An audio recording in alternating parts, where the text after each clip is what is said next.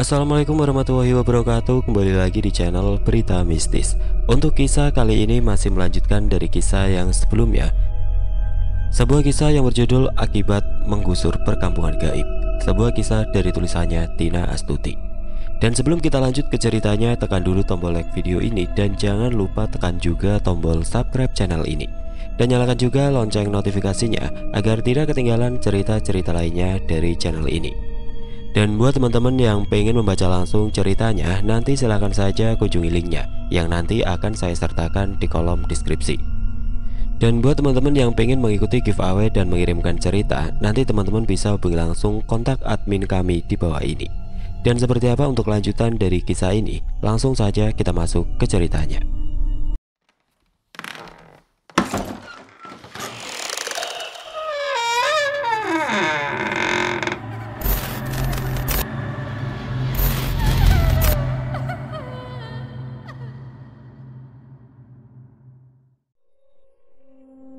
Satu lahan yang sudah bisa dikuasai, maka lahan selanjutnya akan ikut dikuasai. Begitulah kata Bos Anas yang mengucapkan sembari tersenyum puas sambil mengepulkan asap rokoknya. Aku juga ikut menebas semak-semak. Sesekali aku melirik Bos Anas yang duduk di bawah sandaran pohon yang rindang. Beliau hanya ikut melihat kami saja dengan senyum menyeringai. "Bos, nebang pohon besar kapan?" tanya salah satu rekanku. "Kalau sudah selesai, yang sekarang ini langsung kita tebang," jawab Bos Anas. "Pakai eksavator nggak, Bos?" "Ya, nanti lewat jalur sungai nyebrangnya," jawab Bos Anas. Aku menghela nafas menyiapkan diriku yang selanjutnya akan membabat hutan ini. Pohon-pohon besar siap ditumbangkan. Kurasa tidak masalah hanya lahan yang secuil ini dibabat, karena masih banyak lahan yang utuh. Jadi kemungkinan tidak akan mempengaruhi lingkungan seperti banjir atau lainnya. Hari ini tidak panas, tidak juga hujan. Matahari seakan enggan untuk menampakkan dirinya. Semilir angin berhembus dengan lembutnya, menerpa dedaunan dan diriku yang lagi merasakan tidak enak hati. Hawa dingin selalu datang, tapi lebih baik dingin begini daripada panas agar tidak terlalu menguras tenaga. Lumayan lama kami menebas semak-semak, tidak terasa hampir selesai. Kami bekerja tanpa ada yang bicara, hanya fokus bekerja saja.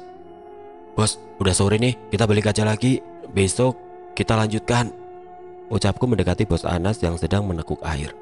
"Ya udah, istirahat aja dulu. Nih, pada minum dulu," jawab Bos Anas sambil menyerahkan air dan cemilan kue-kuean. Setelah menebas semak-semak, langsung kami bakar dengan nyala api yang besar agar cepat bersih, karena Bos Anas sudah tidak sabar untuk mendirikan vilanya. Berhubung tanah yang basah dan tanaman liarnya tadi juga masih basah akibat embun, nyala api tidak terlalu memakan. Sedikit-sedikit kami harus menyiramnya dengan minyak tanah. "Bos, sepertinya pohon itu ada penunggunya," ucap salah satu temanku yang bernama Rian. "Masa sih?" jawab Bos Anas. "Iya, tadi saya bersih-bersih ke arah sana, tapi di sana tadi saya sempat merinding. Hawanya dingin," jawab Rian. "Alah Yan, itu cuma perasaan kamu saja," jawab Bos Anas. Pohon yang dimaksud Rian itu pohon besar, dengan banyak memiliki dahan yang bercabang-cabang tapi tidak terlalu tinggi. Pohonnya itu lumayan jauh dengan kami duduk berkumpul saat ini. Daun-daunnya sangat lebat dan banyak akar yang menjuntai. Kuhitung-hitung pohon yang sama persis begitu ada 3 pohon yang rencananya besok akan ditumbangkan olehku dan rekan-rekanku. Sisanya ada pohon kelapa yang banyak. "Kau bawa alat-alat buat nebang pohon kan?" tanya Bos Anas. "Sudah lengkap, Bos," jawab Samsul. Bos Anas tersenyum dan mengacungkan jempolnya. Kami memandang sekeliling yang sudah bersih ini. Asap membakar rumputan tadi memenuhi seluruh hutan. Bos Anas berdiri dengan berkacak pinggang, bahagia memandang lahan yang sudah lama beliau ingin miliki, tapi baru sekarang bisa dimiliki. Aku memang kadang bisa melihat hal-hal mistis, seperti melihat makhluk gaib dan perkampungan mereka. Tapi itu kadang-kadang saja kalau mereka sengaja menampakkan diri. Biasanya mereka akan menampakkan diri ketika aku ingin menghancurkan tempat tinggal mereka. Mereka berhadapan denganku dengan cara mengibah. Sungguh kasihan mereka dan sungguh kejamnya aku demi uang. "Aris, sini," panggil Bos Anas. "Iya Bos, apa?" "Kita pulang, karena sudah hampir jam 5 sore ini. Takut nanti ada yang nungguin kita lagi di perkebunan karet," sambung Bos Anas terkekeh. Kami bersiap-siap pulang. Rekan-rekanku yang lain pada asik merokok. "Pulang yuk, Noh, kata bos kita pulang sekarang." "Ini apinya dipadamin apa enggak?" tanya temanku yang lain. "Gak usah, biar aja, itu apinya gak besar juga," jawab bos Anas. "Bagusnya dipadamkan bos, dikhawatirkan menjalar kemana-mana, ke lahan orang atau ke rumah orang." "Gak usah Riz, ini itu hutan, gak ada rumah orang yang dekat," bantah bos Anas. "Iya, rumah warga memang jauh, tapi di sini banyak kebun orang, apalagi dekat dengan kebun karet yang luas itu." "Enggak Riz, itu jauh, tenang saja kamu," jawab bos Anas sambil melangkah pulang. Aku pun menurut saja apa kata bos Anas. Toh kalau terjadi apa-apa, rumah atau kebun warga yang terbakar, itu salah dia nantinya, karena aku sudah memperingati. Teman kerjaku yang lainnya juga nurut saja, padahal mereka udah mau memadamkan apinya tadi. Aku berjalan paling belakang, sedangkan temanku yang berada di depan bersama dengan bos Anas yang sudah dari tadi pergi melangkahkan kaki. Aku berinisiatif untuk memadamkan api karena aku kepikiran kalau apinya membesar dan merayap kemana-mana. Kutengok ke belakang, terdapat lahan yang luas sudah bersih. Beberapa tumpukan rerumputan menyala dengan api sedang. Aku merasa tidak enak kalau meninggalkan api itu tanpa memadamkannya. Benar sih, kata bos Anas, perkebunan atau rumah warga jauh dengan lokasi kami ini. Tapi aku sangat tahu betul kalau api bisa secepat mungkin menghabiskan semuanya. Aku melangkah pelan dan cepat berbalik menuju lokasi. Kepulan asap sangat banyak. Bagaimana aku memadamkannya? Karena di dekat sini memang aku tidak tahu letak sumur, sedangkan sungai berada jauh di bawah. Aku berdiri di tengah-tengah lahan melihat-lihat ke sudut-sudut tempat yang sudah kami bersihkan tadi. Percuma, tidak ada air, gumamku sambil berjalan balik menuju teman-temanku yang sudah jauh di depan. "Kamu cari air?" tanya seseorang dari arah belakangku. Mungkin orang itu mendengar gumamanku tadi. Segera aku berbalik badan mencari siapa pemilik sumber suara itu. "Oh, iya pak," jawabku berbalik badan. Aku terlonjak kaget saat melihat beliau. Ternyata bapak bertubuh kerdil itu yang menjawab gumamanku tadi. "Di bawah pohon itu ada sumur. Jalan saja ke sana," ucap beliau datar menatapku sambil menunjuk ke arah pohon besar yang akarnya menjuntai-juntai. Itu adalah salah satu dari 3 pohon yang ada penghuninya. "Oh iya pak," jawabku singkat sambil melihat ke arah pohon itu yang berdiri jauh di ujung. "Ya, jalan saja ke sana," sambung beliau lagi. Aku hanya diam mematung berdiri di depan beliau. "Mari, sekalian sama saya," ucap beliau berjalan lebih dahulu. Aku berjalan mengiringi beliau melalui asap-asap mencapai pohon dan lebat di ujung itu. Aku menahan nafas melalui asap itu. Kurasa mataku sampai perih sekali, tapi bapak di depanku beliau hanya berjalan dengan santainya. Mau lari duluan, tapi gak beradab, mendahului orang tua. "Kalau mau duluan gak apa-apa," ucap beliau yang seakan tahu dengan kondisiku. Awalnya aku masih berjalan santai di belakang beliau, tapi aku tidak tahan lagi dan berlari cepat menghampiri sumur di bawah pohon itu. Aku berlari hingga tiba di bawah pohon yang dimaksud beliau. Nafas ngos-ngosan. Sesekali aku mengocok-ngocok mataku karena perih. Aku persis berdiri di bawah pohon rimbun itu, akar-akarnya menjuntai ke bawah dengan ranting-ranting yang banyak mempunyai cabang. Kulihat-lihat di sekitar pohon ini tidak ada sumur. Bapak itu pun juga tidak kunjung muncul. Aku berjalan-jalan melihat-lihat pohon yang akan besok hari aku tebang ini. Sama sekali tidak ada sumur. Asap sudah mulai berkurang, tiba-tiba bapak bertubuh kerdil itu berada di pohon yang berada cukup jauh daripada tempat aku berdiri sekarang. "Pohon yang ini," teriak beliau sambil menunjuk pohon itu. Astagfirullah, ternyata pohon yang itu. Pantas saja di sini tidak terdapat sumur. Aku kira pohon yang ini. Kebetulan pohon tempat aku berdiri sekarang ini berjajar dengan pohon itu. Segera aku menghampiri beliau dengan berlari melewati asap-asap. "Saya kira tadi pohon yang tadi pak, soalnya tadi bapak nunjuk ke pohon itu," ucapku sambil berlari. Dan setelah sampai di pohon tempat bapak-bapak tadi, aku terkejut. Ternyata tidak kudapati beliau. Kemana beliau? Kulihat di sekitar pohon ini juga tidak ada sumur. "Enak, pohon yang ini," teriak beliau dari seberang. Kini beliau berdiri di pohon yang rindang ketiga sambil melambaikan tangan ke arahku. Aku kembali berlari ke tengah lahan yang dipenuhi asap ini untuk mendatangi beliau. "Astaga, sebenarnya yang mana pak?" Tanyaku dengan nafas yang memburu saat tiba di pohon tempat beliau melambaikan tangan. Tidak ada. Beliau tidak juga ada di sini.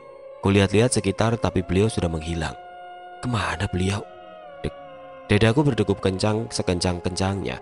Kulihat di pohon-pohon yang sebelumnya aku berdiri tadi. Kulihat bapak bertubuh kerdil memakai baju kuning berwarna emas berteriak sambil melambaikan tangannya ke arahku. Kulihat pohon yang satunya juga ada beliau dengan orang yang sama serta pakaian yang sama. Nah, pohon yang ini, ucap beliau sambil melambaikan tangan ke arahku, memintaku untuk menghampiri beliau. Nah, pohon yang ini. Nah, pohon yang ini. Astagfirullah. Aku beristighfar dan berngisut mundur. Secepatnya aku melangkahkan kaki untuk berlari. Aku ingat ini sudah senja. Langit yang hitam sudah hampir gelap memenuhi hutan ini. Hawa dingin yang dibawa angin berembus kencang. Aku berlari secepat mungkin, tapi saat aku berlari, kurasa beliau juga ikut berlari mengejarku. Beliau di belakang sangat dekat denganku dan hampir sejajar. Dan aku terjatuh. Aku terjerembab tidak sengaja menginjak akar. Aku meringis kesakitan dan mencoba kembali bangkit. Kulihat sekeliling berupa hutan yang hijau. Bapak-bapak bertubuh kerdil itu tidak ada lagi. Entah kemana beliau, tiba-tiba berhenti mengejarku padahal tadi beliau masih ada. Buat apa aku kembali mencari beliau? Bukankah beliau tadi yang mempermainkan aku? Aku bangkit dan duduk bersandar di pohon besar yang sangat tinggi menjulang dan daun-daunnya terlihat sangat lebat. Aku tidak tahu persis ini pohon apa, tapi kemungkinan hanya ada di pedalaman hutan. Aku istirahat menyandarkan badanku. Akibat akar dari pohon yang besar ini membuat aku terjatuh.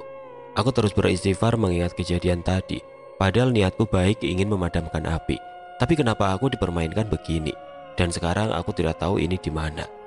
Aku asal lari saja ke sembarang arah untuk menyelamatkan diri dari orang tadi. Aku melihat ke atas langit yang tertutup dedaunan rindang dan sangat lebat. Kaki dan tanganku sedikit terluka akibat tidak sengaja menginjak akar besar dari pohon yang sedang kusandari ini. Suasana di sini sangatlah gelap. Apa bos Anas dan temanku yang lain sudah sampai? Apa mereka tidak menyadari kalau aku tidak ada? Semoga saja mereka ingat denganku dan kembali mencariku ke dalam hutan ini. Aku sungguh benar-benar tersesat sekarang. Aku tidak tahu ini di mana. Aku berlari cukup jauh dari lokasi tadi. Kutatap sekeliling sangat senyap, hanya ada pepohonan besar menjulang berdiri dengan kokohnya. Pelan-pelan aku berdiri untuk mencari jalan agar bisa pulang kembali. Mau tidak mau aku kembali berjalan ke lokasi lahan. Hanya lewat jalan sana yang ku tahu jalur menuju pulang. Aku berdiri seorang diri. Indera pendengaranku sudah mendengar bunyi-bunyi malam yang sudah bermunculan. Hawa dingin terus-menerus menyeruak, membuat bulu kuduku selalu berdiri. Aku mengusap tengkuku yang terasa dingin. Mataku selalu awas menatap sekitar. Ku tahu memang ini hutan masih asri. Bisa saja di dalam sini ada banyak binatang buas yang bisa membahayakan. Saat aku mau melangkahkan kaki, terdengar dahan-dahan pohon pada bergoyang seperti ada orang yang sengaja menggoyangkannya. Tidak ada suara, hanya ada bunyi dahannya. Saat aku mau menengok ke atas, tapi niat itu aku urungkan. Aku tidak mau melihat, dikhawatirkan aku bertambah semakin panik. Aku mencoba untuk tenang, tidak mau melihat ke atas ataupun menengok ke belakang. Walaupun seperti ada yang mengikutiku. Bunyi daun kering dan ranting yang kuinjak juga berbunyi persis di belakangku saat ini. Sebisa mungkin aku harus santai. Tidak ingin berlari, karena kalau aku berlari, mungkin mereka juga ikut berlari untuk menakut-nakutiku. Tertati-tati aku berjalan menuju jalan semula agar aku bisa sampai ke lokasi untuk mendapat jalan pulang. Dari jauh aku melihat lahan yang luas dengan kepulan asap. Di sana terlihat sangat terang, akibat pohon-pohon kecil sudah sebagian kami tebangi. Aku terus berjalan menuju ke lahan itu untuk sampai di titik awal. Langit semakin gelap. Kulihat jam tangan di pergelangan tanganku sudah hampir menunjukkan pukul 6 sore. Kemungkinan sudah masuk maghrib. Dari tempat aku berdiri sekarang tidak jauh lagi aku sampai di lokasi tempat semula. Asap masih mengepul kulihat dari kejauhan. Aku berjalan semakin mendekat untuk mencari jalan untuk bisa keluar dari hutan ini. Aku menghentikan langkahku. Dadaku berdegup kencang, kakiku gemetar. Pandanganku fokus menatap lahan yang berada tidak jauh lagi dari tempatku sekarang ini. Dalam kepulan asap di tempat lokasi, aku melihat sangat banyak sekali melihat orang-orang berlalu lalang. Aku sadar dan mengetahui itu bukanlah manusia sepertiku. Meskipun bentuk tubuh, rupa dan laki-laki serta perempuannya, tapi itu adalah manusia dari alam gaib. Menjelang maghrib ini aku melihat semuanya. Mataku ditampakkan alam mereka yang seperti manusia pada umumnya. Dalam kepulan asap aku menatap 3 pohon yang sebelumnya aku datangi untuk mencari sumur. Namun kenyataannya sumurnya tidak ada. Di sekitar pohon itu aku melihat ada orang yang memegang senjata. Kemungkinan itu adalah para tentara dari alam gaib yang bersiap melindungi perkampungan ini. Memang yang aku ketahui, alam gaib seperti ini sama saja dengan dunia nyata. Orang-orangnya, rupanya, ada laki-laki dan ada perempuan. Mereka juga bisa menikah, bekerja, makan, minum, ngopi, ngerokok. Bahkan tidak jarang mereka juga pergi ke pasar di dunia nyata kita. Hanya saja kita tidak menyadari adanya mereka. Rasanya tidak tega untuk menggusur perkampungan mereka ini. Mereka yang sudah tinggal di sana berpuluh-puluh tahun dan besok akan kuhancurkan. Tentu saja akan membuat mereka marah dan bersiap melawan kami. Astagfirullah. Aku teringat kata bos Anas sudah dipindahkan perkampungan dan rumah-rumah mereka. Tapi kenapa mereka masih ada di sana? Bahkan sudah ada tentara yang siap tempur.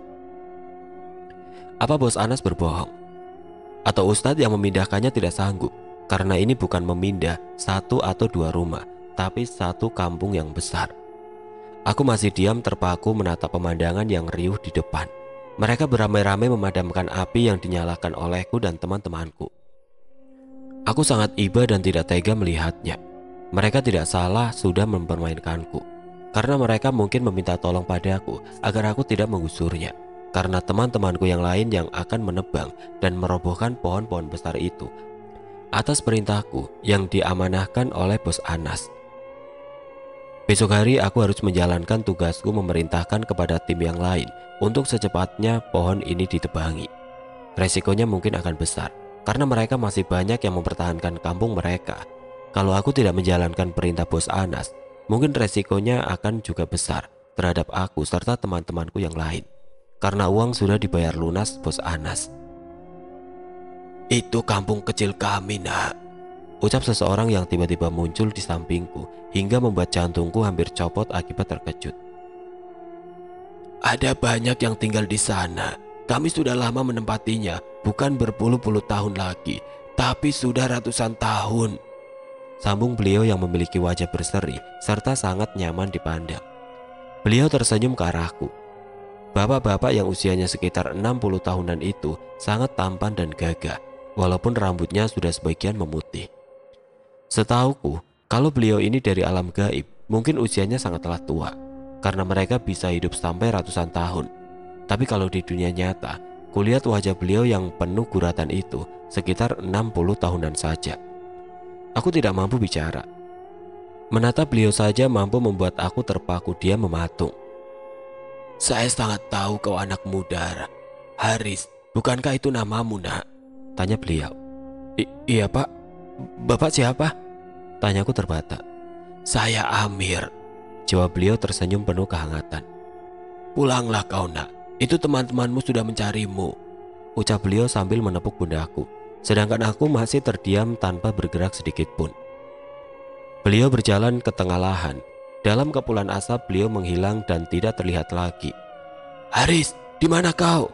Panggil seseorang.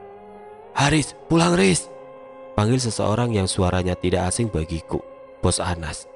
Kulihat dari kejauhan sorot lampu dan teriakan memanggil namaku semakin jelas. Aku berjalan pelan menuju mereka yang berada lumayan jauh dariku. Bos, saya di sini, panggilku berteriak sambil berjalan tertatih menuju mereka. Panggilanku yang tidak begitu keras ini untungnya didengar oleh mereka. Mereka langsung menghampiri yang sekarang aku sudah terkapar. Tidak berdaya akibat badanku yang tiba-tiba merasa lemas. Aku merasa teman-temanku membawaku dengan menggotong. Riz, kenapa kau masih ada di sini? Tanya bos Anas. Aku tidak bisa menjawab pertanyaan bos Anas karena mau membuka mulut saja rasanya tidak sanggup. Kami bertujuh termasuk aku berjalan keluar dari hutan, masih melalui jalan yang sama dan sekarang kami sudah berada di perkebunan karet yang luas nan panjang ini. Kaki dan tanganku mengeluarkan darah yang lumayan banyak. Tetesan demi tetesan jatuh ke tanah. Secara bergantian teman-temanku membantu menggotong. Jalan yang terjal dan sedikit menanjak ini sangat butuh kehati-hatian. Salah injak bisa mengakibatkan kepleset dan jatuh ke dasar jurang. "Bos, istirahat dulu ya," ucap salah seorang temanku yang membantu menggotongku. "Jangan di sini, sebaiknya kita keluar dari perkebunan karet ini secepatnya," jawab Bos Anas yang berada di depan. "Sebentar saja bos, ngos-ngosan ini." Bos Anas pun akhirnya menyetujui. Aku didudukan dekat pohon karet. Teman-temanku memerban kaki dan tanganku memakai baju mereka agar tidak mengeluarkan darah. "Kenapa kalian memorbankannya? Pakai baju kotor kalian itu, nanti lukanya bisa infeksi," ucap Bos Anas. "Biar saja bos, lebih bahaya lagi darah Haris terus berceceran di sepanjang jalan," sahut Anto, laki-laki muda yang sangat pendiam. Teman-temanku yang mencoba memerban kaki dan tanganku sempat berhenti karena dilarang Bos Anas, tapi mereka kembali memerbannya setelah Anto menjelaskan.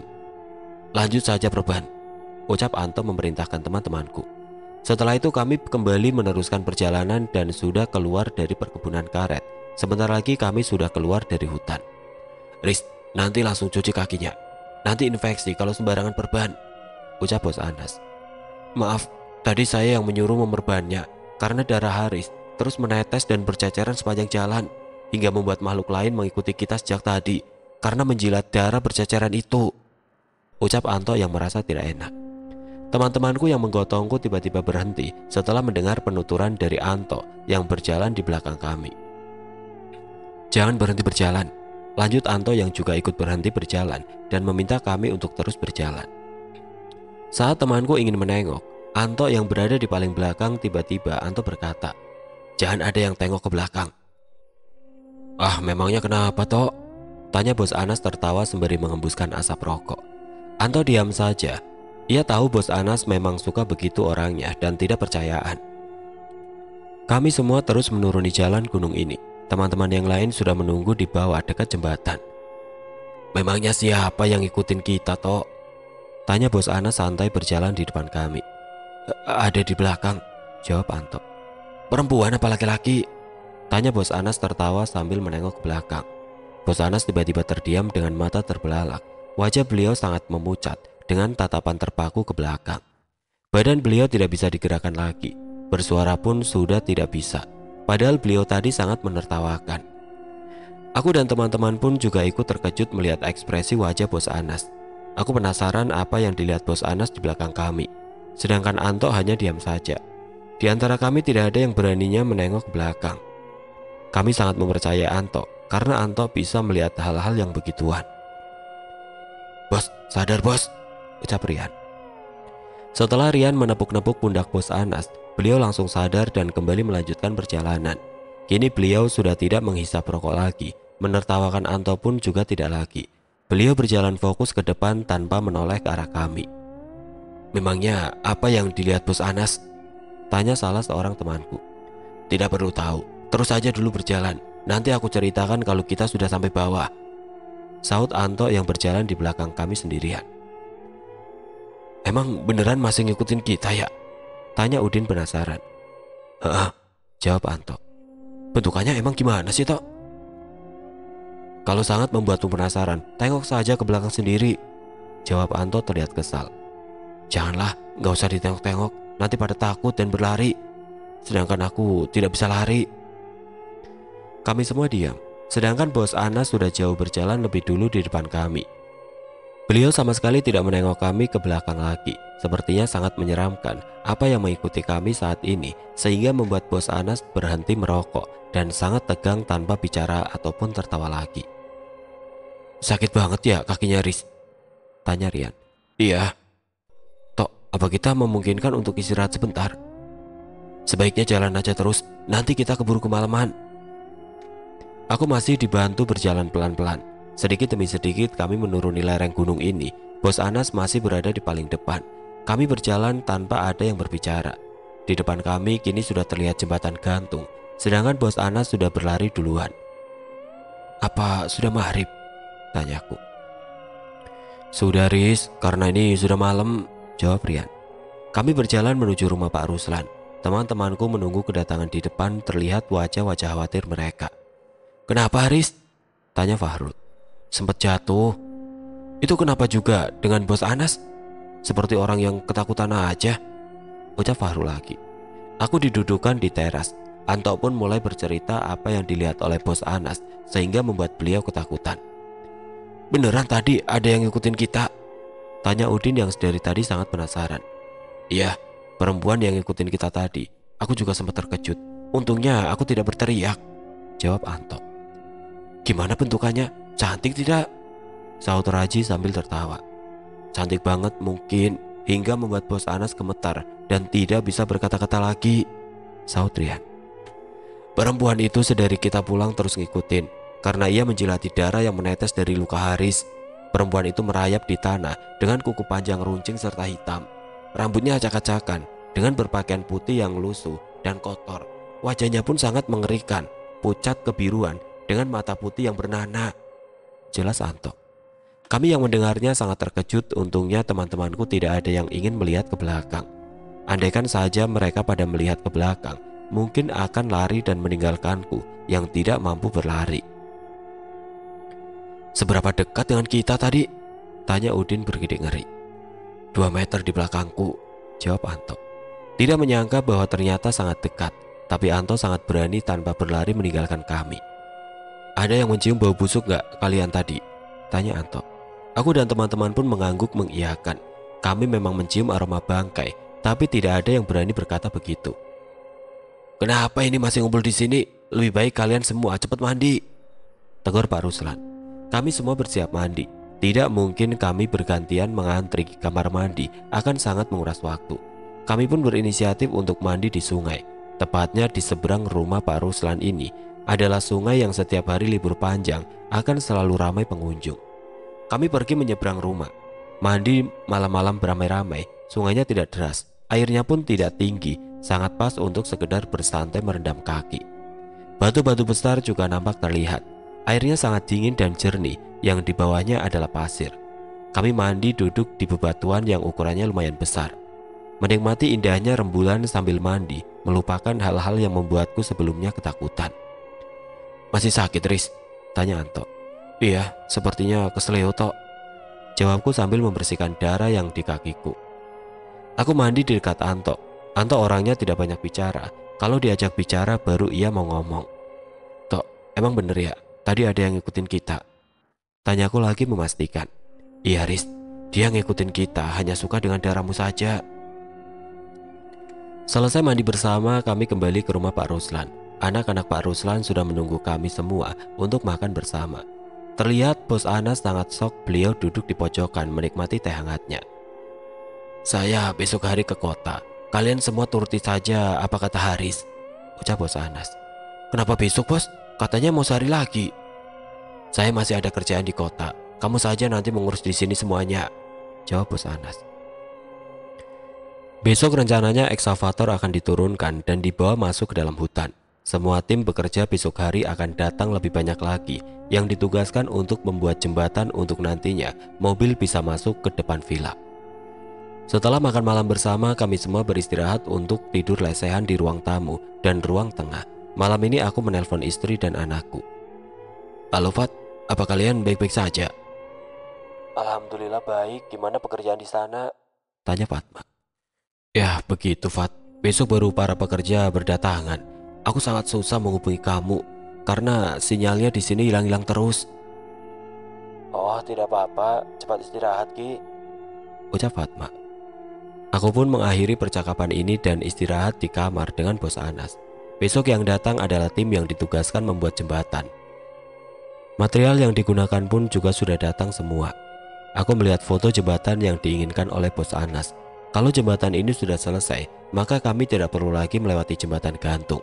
Karena kalau kami melewati jembatan gantung itu, sama saja memakai jembatan orang lain. Bos, sebaiknya jangan besok, karena saya tidak bisa untuk menghandle semuanya, ucapku merebahkan badan di lantai. Besok tentunya aku akan pergi cek lokasi lahan dan mengecek jembatan, sedangkan kakiku saja masih sangat sakit untuk dibawa berjalan. Nanti lihat besok hari dulu, jawab bos Anas.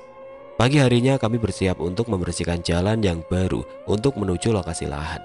Sekitar pukul 8 pagi kami turun ke lokasi, sedangkan bos Anas tidak ikut karena menunggu para tim pekerja yang lain. "Riz, sudah mendingan kakinya?" tanya Rian. "Sudah, aku ikut hanya mengawasi kalian saja." Setelah berpamitan kami semua pergi. Kami masih melewati jembatan gantung untuk menuju lahan yang akan dijadikan jalan. Aku berjalan dibantu Udin.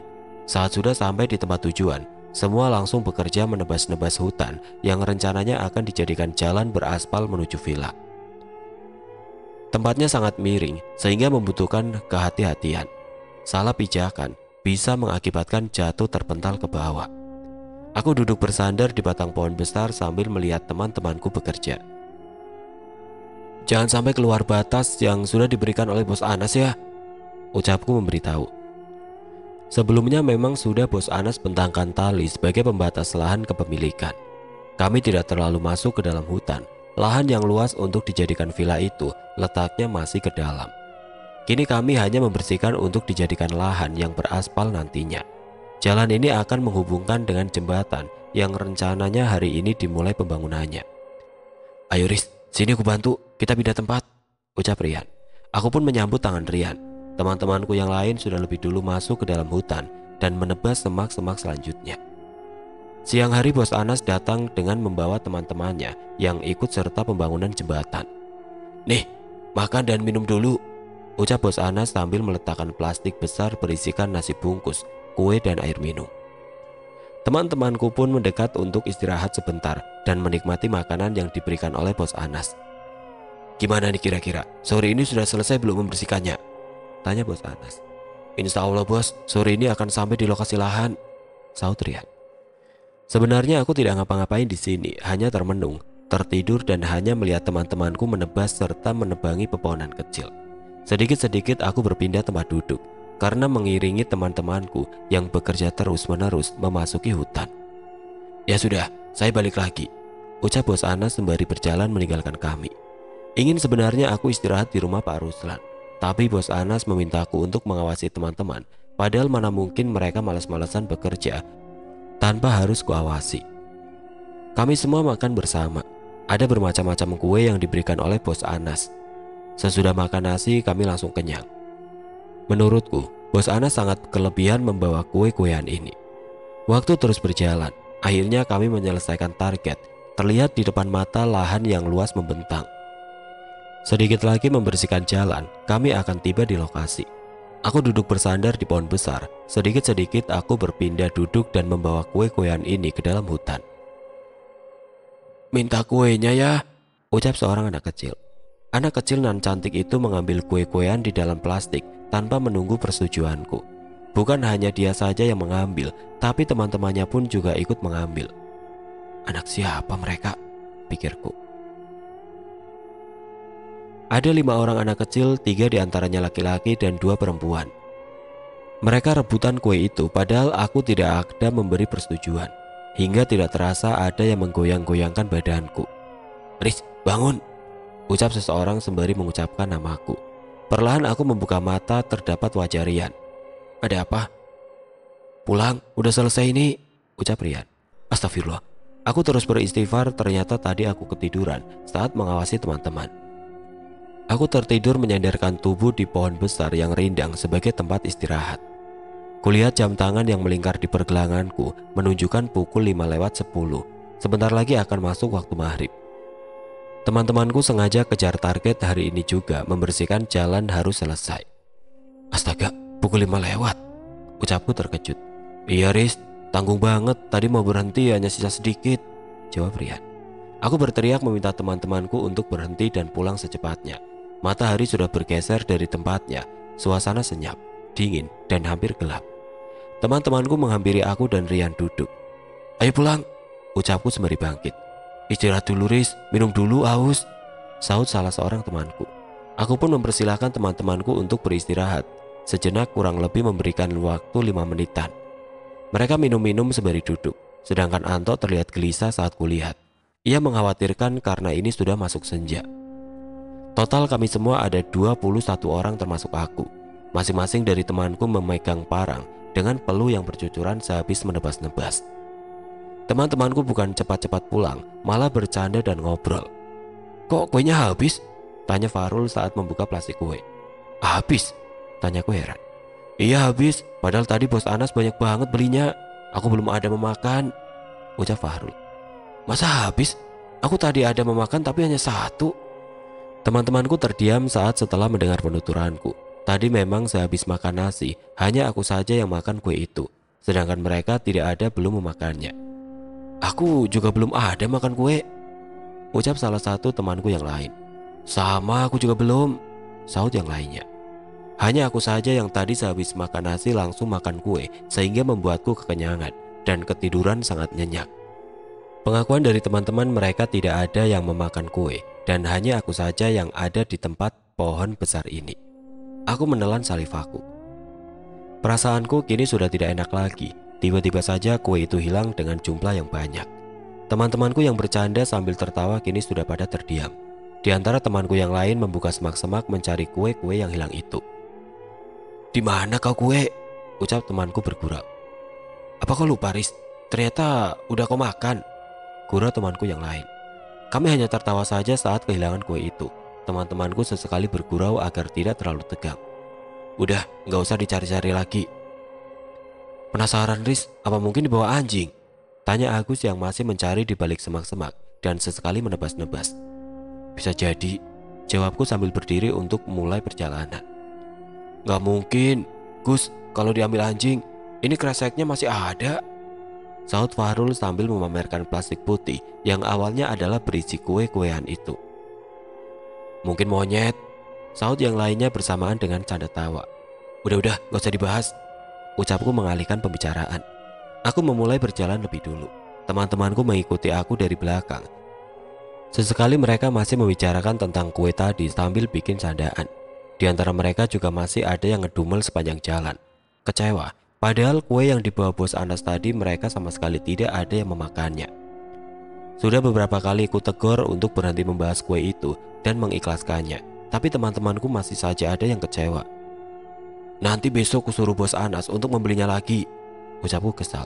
Aku berjalan paling depan, sedangkan yang lain masih ngedumel berada di paling belakang. Kami masih melewati jalan perkebunan karet.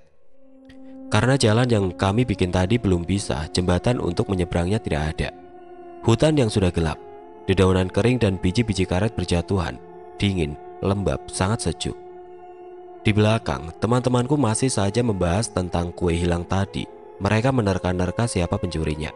Aku sangat kesal kulihat Anto juga enggan untuk ikut-ikutan menimbrung. Terdengar helaan nafas Anto sambil geleng-geleng kepala, mendengar celotehan di belakang. Wajar saja hilang, soalnya kue itu terbuat dari ketan, ucap Anto berhenti sembari berbicara dan menengok teman-temanku yang berada di belakang. Ketan? Ah iya, aku baru saja ingat.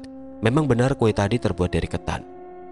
Kue ketan gula merah dan gurih. Setauku ketan memang kesukaan dari makhluk gaib. Tidak usah dibahas lagi, ini sudah masuk maghrib. Nanti kalau ada apa-apa bisa bahaya kita, ucap Anto tegas. Kalau hilang biarkan saja, tidak usah mencari tahu siapa pencurinya. Nanti besok kita beli lagi, sambung Anto dengan intonasi serius. Ya ampun Tok, kami hanya ingin berbincang saja agar perjalanan ini tidak sunyi, jawab salah seorang temanku yang tidak percaya dengan adanya makhluk gaib. Bahasnya yang lain saja, tidak usah lagi membicarakan kue yang hilang itu. Kalau kalian tahu siapa pencurinya, memangnya kalian mau minta pertanggungjawaban, ucapku santai agar tidak terbawa emosi. Iya, aku akan minta ganti rugi, jawab Iwan sambil tertawa mengolok-olok. Aku geleng-geleng kepala saja. Kami semua lanjut berjalan. Anto juga cuek saja karena mereka tidak bisa ditegur dan tidak mempercayai adanya makhluk gaib itu. Jadi percuma saja. Di depan terlihat perkebunan karet yang terbentang luas. Belum kami memasuki jalan itu, tiba-tiba teplok, berjatuhan dari atas sehingga mengenai kepala salah satu temanku. Aduh, apa sih yang jatuh tadi? Ucap Udin. Benda yang jatuh itu bukan hanya satu kali menimpa teman-temanku. Aku bodoh amat, karena aku pikir yang jatuh itu adalah buah karet yang jatuh. Aku dan Anto jalan terus ke depan, sedangkan mereka di belakang marah-marah karena kejatuhan benda itu. Astagfirullah, ini kan kue yang dibawa bos Anas tadi, ucap salah seorang temanku. Aku dan Anto saling tatap dan berbalik ke belakang. Ada apa? Ini Riz, kue tadi tiba-tiba jatuh menimpa aku, jelas Udin sembari memperlihatkan kue ketan gula merah. Jatuh? Tanyaku memastikan. Udin dan beberapa yang lainnya mengangguk bersamaan. Seketika kami semua menatap ke atas, tapi tidak ada siapa-siapa, monyet ataupun lainnya. Setelah kejadian kue yang tiba-tiba jatuh itu, masing-masing kami berjalan dalam diam. Seandainya di antara kami ada yang berlari duluan, mungkin semuanya juga ikut berlari. Tapi sebisa mungkin kami bersikap tenang. Suasana sudah gelap. Untungnya beberapa di antara kami membawa persediaan senter. Saat memasuki perkebunan karet yang luas, salah satu temanku dibuat terkejut lagi. Dia terkejut ada yang menimpanya juga. Diperhatikan masih sama, yaitu kue ketan tadi. Kini aku pun juga ikut terkena hingga aku terlonjak kaget. Tiba-tiba dahan pohon karet bergoyang tepat di belakang kami, seperti ada seseorang yang sengaja menggoyangkan daun-daun kecil itu. Bukan angin, karena angin hanya sepoi-sepoi menerpa lembut. Aku terkesiap dan secara bersamaan kami semua menengok ke belakang. Senter kami menyorotkan ke arah dahan pohon yang tidak jauh kami berdiri. Aku menelan salivaku dengan tatapan mata terbelalak tidak percaya. Aku ingat, itu adalah anak-anak kecil yang masuk ke dalam mimpiku tadi yang mengambil kue. Ternyata itu tadi bukanlah mimpi. Memang benar ternyata mereka yang mengambil kue kami tadi. Sorot lampu senter masih kami arahkan ke dahan pohon kecil yang bergoyang. Sangat jelas anak-anak kecil itu duduk di dahan yang berbeda, tapi masih dalam satu pohon yang sama. Mereka berlima duduk dengan kaki menjuntai dengan tatapan melotot ke arah kami. Sungguh tidak mungkin. Pohon karet yang mereka duduki itu tidak terlalu besar, dan mereka duduk di masing-masing dahan ranting kecil itu. Anto dengan cekatan menarik tangan-tangan kami agar secepatnya berjalan meneruskan perjalanan. Aku pun juga ikut terpana dengan kemustahilan ini. Benar-benar mustahil. Bagaimana mungkin duduk di dahan kecil yang berukuran sejempol tangan, yang itu diduduki para anak kecil berusia kurang lebih 5 tahun. Bahkan mereka ada 5 orang. Kami semua sudah sadar dan secepatnya berjalan. Anto juga menegaskan jangan sampai ada yang berlari, karena itu bisa mengakibatkan jatuh ke bawah, membahayakan diri. Anto berjalan ke belakang dan menjaga kami dari belakang. Sedangkan aku masih memimpin jalan pulang dengan kaki pincangku. Angin berembus lembut membuat bulu kuduk sedari tadi selalu berdiri. Dengan pelan-pelan aku melangkahkan kaki. Samar kulihat sorot senterku tidak sengaja menangkap dari kejauhan ada seseorang yang duduk bersandar di pohon karet dengan memeluk kakinya. Segi pakaian dan fisiknya aku sangat mengenali. Bos Anas. Oke teman-teman, sampai di sini dulu ceritanya. Nantikan kelanjutan kisah ini di video berikutnya. Agar tidak ketinggalan, klik tombol subscribe channel ini dan nyalakan lonceng notifikasinya. Wassalamualaikum warahmatullahi wabarakatuh.